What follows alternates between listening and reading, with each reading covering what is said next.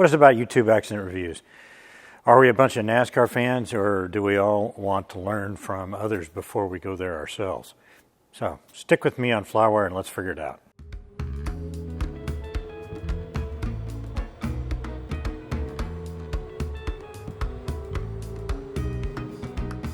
Hi, I'm Scott Perdue, and today on FlyWire I want to talk about the true purpose of accident investigation, what its true purpose is, at least from my perspective. Okay, so after doing these accident reviews on YouTube for a few years on FlyWire and seeing all sorts of other YouTubers try and duplicate what I do, they got their own version, I got mine.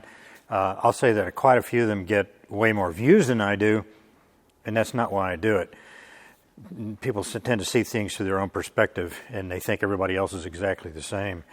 I'll be honest and say that doesn't really bother me at all. I really haven't seen anyone do what I do, and what I do is I analyze accidents that interest me.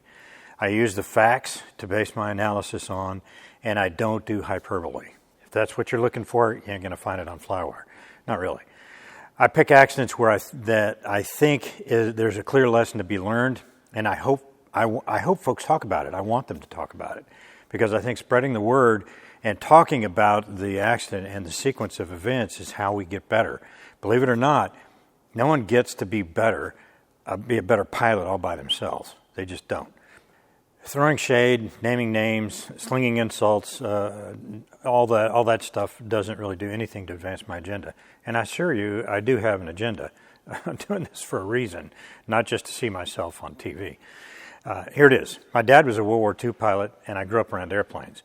The airplane's how we took vacation and other things, and for years during the fall, for example, my dad flew a college football umpire around Texas to officiate at games. I've been to dozens and dozens of football stadiums, and we flew a range master all over the place, including to the Tetons. It was a lot of fun. Later, he was a partner in 3 Bonanzas. But that's a story for another time. But the bottom line is that everywhere he was, either at Stinson or Cardi's or other different places, there were other pilots there, and there was hangar talk. And people talking about stories, talking about things that happened to them, and I don't see that. That's how I saw it when I was growing up, and I don't see that today. I don't see much of it these days. And ultimately, FlyWire is my attempt to get that talking about learning lessons that we all miss when there isn't hangar talk going on, to get it out there on YouTube, and hopefully people will see it and start thinking. And I think to a large extent we learn from the mistakes of others, or we should. There isn't enough time or airplanes to make all those mistakes ourselves. Factor in surviving the bad events, and learning from others becomes, I think, a best practice. If you disagree, fine. I'm happy with that. I don't care. But the best way, I think, to do this, learning from others, is anecdotal. That's through stories, preferably factual ones, as far as I'm concerned. So what is it all about accident reviews that a bunch of YouTubers want to cash in on? Is it simple? It's simple, really, in my opinion. A lot of people watch. That's why. I'm not going to claim to know why they watch, but I'm not going to go there. But I do have an approach to accident investigations that I believe distills the most important issues in each accident, what they are, and what I think is important here. What the pilot did and what other pilots need to know to avoid the same situation. That's what I think is important. I didn't invent it. I learned it in the Air Force. I participated in several safety investigations and one accident investigation. For every accident over a certain threshold, 2 investigations are done back to back. 30 days to complete. That's all you get. A little bit more for the accident investigation. You got to publish your results. But you do have access to extraordinary resources, stuff that I don't think the NTSB has unless it's for very high-profile accidents. Each investigation has a different purpose. And I think the reason behind that idea is excellent. I think it's really, really sound. The safety investigation's main purpose is to discover what happened, what the likely causes are, or the contributing factors what they were, and make recommendations to avoid this accident in the future. Okay? That's the bottom line there. My first safety investigation was an F-4 crash on short final at an Air Force Base runway that happened to have a very busy 4-lane road right on short final. The crew ejected in such a way that the F4 impacted the median. The whistle was hurt during the ejection because he was not wearing his seatbelt properly, and that caused him to submarine during the ejection sequence, hurt his back. The pilot was unhurt. But the important thing is that he had actually willfully made several mistakes that set him up for the incident on final that triggered the ejection. In other words, it wasn't a foregone conclusion, the airplane was going to crash. It was through a series of mistakes that he made. It was easy to come up with causes and recommendations, but there is an important and inviolate rule in Air Force accident safety investigations. The pilot's comments and the causes are not releasable. In this way, the participants that have cover to speak frankly and honestly to find the real solutions and save future lives in airplanes. There's no lawyers involved here. Only the facts are available to the accident investigation that follows immediately after the safety investigation is briefed. In other words, you turn over the wreckage and you turn over the facts. It's on the left side of the safety report. All the other stuff, probable cause, interviews, all that other stuff is not releasable to the accident investigation. The purpose of the accident investigation is to find fault and recommend punishment if it's deserved. Let me say that again. The safety investigation's purpose is to find out what happened, make recommendations to avoid this accident or similar accidents like this in the future, and spread the word. The accident investigation is not about spreading the word. It's to find out who is at fault and determine if they should be punished for it. They're two totally separate objectives, okay?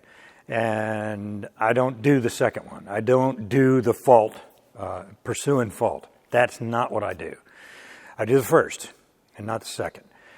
And I do that on purpose. I drill down a bit further and I focus on pilot actions and what the lessons to be learned are to avoid getting into the same situation. We're not in the Air Force. We're general aviation, so we can't have quite exactly the same approach. And the only real conflict I've gotten into with another YouTuber is he thought I was a journalist. I'm not a journalist. I'm not going to abide by certain rules of journalism no matter what other people think. I'm going to be perfectly honest and clear with what I do know and what I can determine. When I do an accident review, I am not a journalist. I'm not a reporter. I think, frankly, Juan Brown and Blanco Lirio reports on accidents and updates the story better than any out there, including me. I don't compete with him or others like him. I don't focus on the authority. I prefer, I don't look at the ones to skewer or how to show the egregious area of their ways, naming names and doxing, all that other stuff. I don't do all that. Quite a few others just read the accident reports and virtually nothing else. I don't do that either. I'm not interested in that. I'm not a reporter. I analyze the accidents and I pull lessons from them. If you don't like what I have to say, if you don't agree with it, you're entitled to your own opinion. And I'm fine with that too. It's not important to me. I've done 2 recent videos on one accident, that is the Caravan at Burley, Idaho, and that triggered a lot of comments. And some were flaming, some were negative. So, and I typically don't pay an awful lot of attention to that, but I thought I'd do this video to explain the how, what, and why I do what I do. And that way I can stop answering repetitive comments. I am not going to do fault. I'm not looking for fault. Because sometimes, and in the Burley accident, there may be a place for that. I'm not the one to do it. I focus on the discussion. To underscore it, I am not interested in finding fault, and so plainly don't expect it from me. I think I said that 3 times, so that's probably enough. So how do I go about doing an accident review? Sometimes I hear of a recent accident. If it looks interesting, it looks like there's some issue there that any one of us could have, any one pilot could find themselves in the same situation, and there's data out there. I'm going to capture all I can and put it on a folder. Most important is the ADS-B data. Accidents prior to 2020 are problematic regarding raw information, and I'd like to get as much raw information as I get so I can draw my own conclusions. I usually wait for the prelim report to come out to take a hack at what happened, because the NTSB generally does a pretty good job of collecting the initial look at facts. Okay, and then later on the docket, we get access to more of their investigation. Pictures of the accident airplane in sight and situ are a must. Preferably the NTSB puts some effort into the prelim. Otherwise, I'm probably not going to do that accident. Once you get a hold of these initial facts, you read them, you plot them out, and you determine what's happening. Sometimes you have to start with how the airplane ended up, and that's why pictures are really, really important. For example, if the airplane impacted in a spin with power on or at an angle, there are lots of telltales that express what was happening. If you know the end position of the airplane and then some other previous position, you can determine a theory that matches the facts.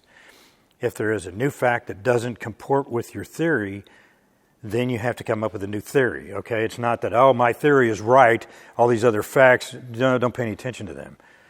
It doesn't matter how much you like your theory, in my view. To me, this approach, and again, I didn't come up with it, it's not my invention. This is very much like the scientific method, and frankly, that's probably why I like it. The facts tell their own story, and your theory has to comport with the facts. And I think this is where most folks get it wrong. Facts rule. Some folks don't recognize a fact or recognize the physics of a fact derived from other facts. They say it's all just speculation. So they disregard critical information. They usually have a pet theory of why the accident happened, and all too often it is ascribed to a medical issue or this or that wild theory. Going into the investigation, you come up with a theory. You do, I'll admit it. And this is how it's like science. Your theory of the accident explains how it happened, using the known facts as a strict guide. And whenever a new fact is uncovered, or a known one is modified by further investigation or additional information, then you got to change your theory. You got to incorporate the new fact, and you got to make your theory comport with the facts as they're known. I think the approach really is you must cherish the facts over your pet theory. Okay? That's science. And regardless of what people think about what science is. Let's look at the crash of J35 Bonanza I reviewed a while back as an example of this. This one occurred in Helena, Montana, June 24, 2013. And there wasn't much raw data to go on, but there were good pictures of the crash site. And there were good witness reports as well. The on-scene investigator did a good job of cataloging the airplane's condition and noting where different controls were placed in the cockpit, okay, before it was moved. And frankly, that was critical. If it hadn't been done, I could not have reviewed this accident. There just wasn't enough there if the investigator hadn't done a good job of capturing the end game, the end position. Examining the pictures, it was clear to me that the airplane was in a flat spin when it impacted the ground. The various parts of the wing and fuselage clearly showed rotation and buckling commonly seen in flat spins. The nose was low and the left wing hit first, but it was not significantly low. Okay. More importantly, the at-rest heading was the same as the impact heading. That can't happen after impact unless it's a flat spin. So the rotation may have been considerable, but it impacted like this and stopped immediately. Huge G-force involved there. In a normal spin, the nose is about 60 to 70 degrees nose low, with the inside wing much lower than the other. And the impact result in an accident impact like this is very akin to a cartwheel because the mass of the airplane that's still rotating is still rotating after first impact. Okay, and the leading edge of the wing is held on at the spar by the leading edge is held on at the spar by a piano hinge with a rod threaded between the hinge points and the Bonanza. This is usually found to have failed in a manner that looks like a zipper, that with the torque applied to the wing as it's twisting and turning and continuing to turn, then that makes the leading edge be ripped off, and it looks like a zipper. It really does. So very little zipper effect is likely in a flat spin on a Bonanza. You may have a little for a couple of feet, but not the whole wing. And that was the case in this J35. The investigator noted that the cockpit controls for the prop, mixture, and throttle were all full forward, and that's another piece of the flat spin puzzle. Throttle and prop are pro-spin, being up, are pro-spin controls. There are two witnesses with slightly different perspectives of the accident just over a mile away, and both reported rotation and 1 reported engine surges. Okay, I think this is interesting. And it speaks directly to the input witnesses have on an accident, okay? It's not inviolate. It's not like sacred stuff and that their observations are gold. Let's start with the engine surges, okay? It's valuable to have witness inputs, but the person's background has to be evaluated to determine reliability and their involvement in the accident. Often witnesses do not see the same thing or interpret it the same way. The reality is that the engine likely was not surging. It was at a power setting. There's no reason it would have been surging, the way it impacted. Noise levels were changing as the plane of the prop went through the observer. Typical high RPM result. If you've been to an air show and watched spins, you heard the same noise, wah, wah, wah, as the prop goes by. Your prop plane goes by you. So that's your observation. Another witness closer to the airport saw the accident airplane take off and climb north. From his perspective, several miles away, they thought it had a near midair with a 182. It coincided with him joining that, seeing the other airplane in the distance with a sharp turn. So he thought it was in midair. The tower controller had both aircraft in sight the whole time. He saw a different picture, and for him there was no near midair and did not mention it that way in the interview. So nice to have the report, but not included. The family reported the pilot had not flown in over a month, and they were planning a trip, so he had gone out to practice maneuvers to be current. A lot of pieces to the puzzle, but in a time where there was no raw data position data to refer to, you have to look at that initial theory driven by the facts of the wreckage at the impact. The working theory was a spin. More detailed, it was a flat spin, okay, which doesn't mean that it was flat like this. It means that it was stable and it was a little less than 60 to 70 degrees nose down. The witnesses in the other parts of the story support the working hypothesis, flat spin. Spin, flat spin. Backing that up with trying to figure out just how the pilot got into this flat spin in the first place is what I'm interested in. Okay, that's where us as other pilots are exposed here. And that's a path the NTSB did not take. They rarely do. Their job is to find out the narrow probable cause. Hopefully it's mechanical. So I extended my theory to include why this accident had happened. I believe it was a power on stall. And I'm not a big fan of the power on stall as a maneuver. I think it's killed a bunch of people and it frankly has little utility for training purposes. I can go on and on. But because the word stall is in the maneuver, the wrong recovery is used. When the stall, you have power and you have forward stick, both pro-spin inputs. Moreover, investigators or other authorities don't know how to figure out what an event, how an event like this was caused, and as a result, they never are disposed to go that far in the first place. So they just stop. This is the action. This was the result, and it was an act of God.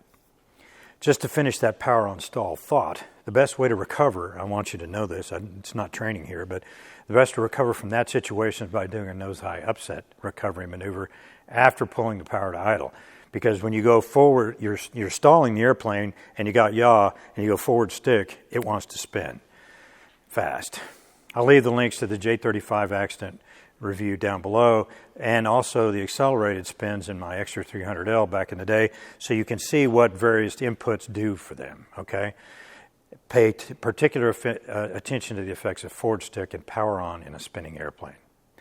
Spoiler alert, I said it already. They're both pro-spin controls, and the power in particular makes the spin unrecoverable.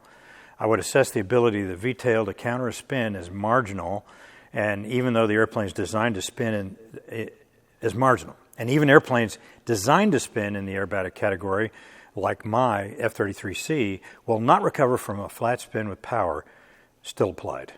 S2B won't do it. It must be an idle for the flight controls to have enough authority to stop the yaw, okay? That's just the way it goes. My goal in this video is not to explain how to recover from this event, okay? I feel like I mentioned it, so I have to talk a little bit about it. But I want to show you the method for analyzing the accident. That's the real goal here. And so we can pull lessons that actually make sense out of it. So while I feel very comfortable that my theory is correct based on the known facts, I can't say that it is definitive without any doubt that the pilot was practicing power on stalls. And when he pushed with power, the airplane departed immediately and entered a flat spin. I think it's highly likely, it's most probably high probability that that was the cause, but I can't say it definitively. Barring raw data of the flight path, this theory is the best fit for the facts, and that's the way it works in an accident analysis. Were there possibly health issues or other mechanical issues? There are all sorts of possibilities, but we have no evidence for them. And if there's no evidence, then that particular speculation becomes a footnote or is disregarded completely. However you want to come up with this pet theory or this other reason, if there's no evidence, sorry, it doesn't make the cut. Sorry. Does this make the pilot a bad person? This particular pilot, or any of them, a bad person or a bad pilot? No. Emphatic no, that's not what it means. What it means is that this pilot got into a situation in a fairly common maneuver that he had no knowledge of how to recover. And that's a shame. You know, education, awareness, and various training courses and sharing of information is how we raise awareness so that others might live. So others that are confronted with that situation may do the right thing. Okay? I don't believe that the majority of pilots out there would do better seeing it for the first time than this one particular pilot did, because we don't train that way. Figuring out what likely happened and why is my goal. My agenda is to spread the word so that if it happens to you, you might be able to save your life and whoever else is with you. I am uninterested in fault or making the perpetrators pay. There are other people that do that, and I'm not one of them. Doesn't mean I approve of them. I approve of what they did if it was a factor or anything like that. All it means is that fault issue is a gar hole that I have no interest in spending my time in. That's for somebody else to do, and there's plenty of people that want to do it. I do what I want to do, and that is analyze the accident and try to glean a result or a lesson learned out of that. Okay? That's my opinion based on the facts. And if it's valuable to you, then great. If you think I'm wrong, that's fine too.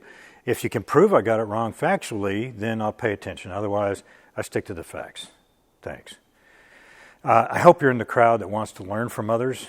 I've just been watching Ted Lasso, and I think maybe Be a Goldfish applies here.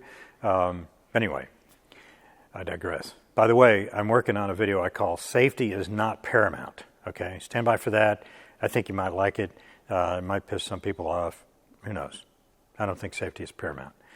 Thanks for watching, and I'll see you next time on FlyWire.